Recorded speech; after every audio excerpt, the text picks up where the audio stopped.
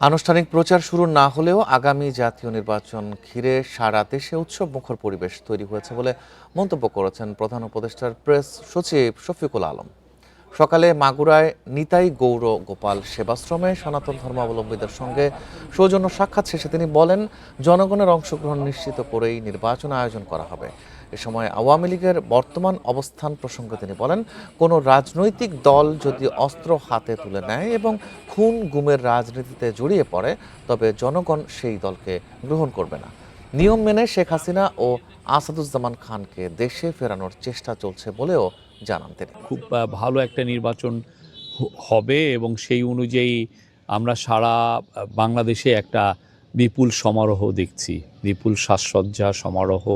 আর আমরা সমস্ত ক্যান্ডিডেটদেরকেই দেখছি যে বিভিন্ন জায়গায় যেতে, তারা গ্রামে আসতে, তারা বাড়ি বাড়ি যে কথা বলতে